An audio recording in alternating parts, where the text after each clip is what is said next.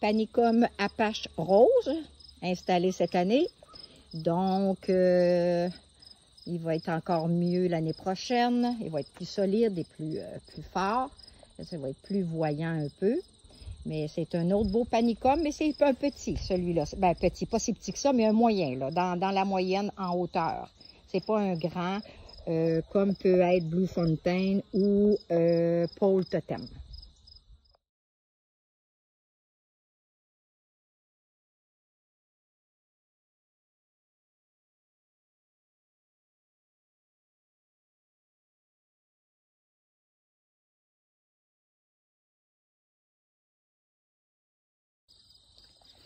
Panicum Blue Fontaine, un magnifique.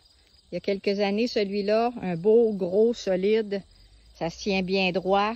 Si tu veux avoir ça, là, il y a quand même des miscanthus qui se tiennent bien droit aussi, là, même s'ils font toujours un petit peu fontaine. Mais celui-là, c'est sûr que en général, les panicums se tiennent bien droit. Mais pas tous. Faites attention, pas tous. Celui-là, c'est le Blue Fontaine.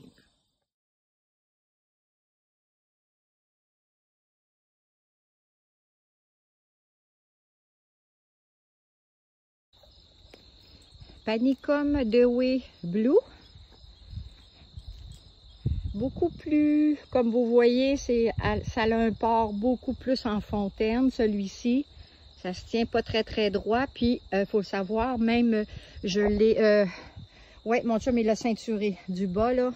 Il est ceinturé pour pas prendre toute la place aux autres alentours. Mais franchement, c'est quand même un beau bleu, c'est un vrai bleu, et la feuille est large. Très beau. Ça fait longtemps que je l'ai.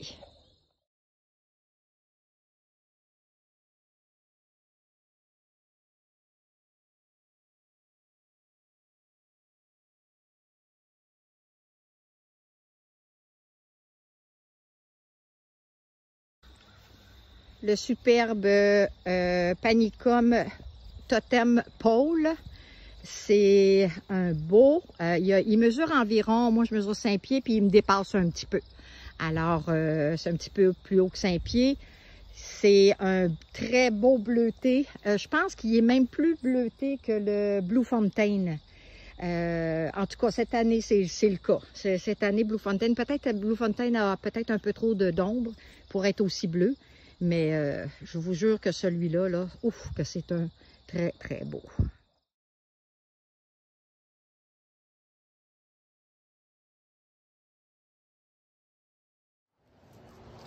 Panicum Totem Pole au 1er novembre. Il devient une touche de blonde. Un blondinet par rapport à Blue... le Panicum Blue Fontaine qui lui devient plutôt roux,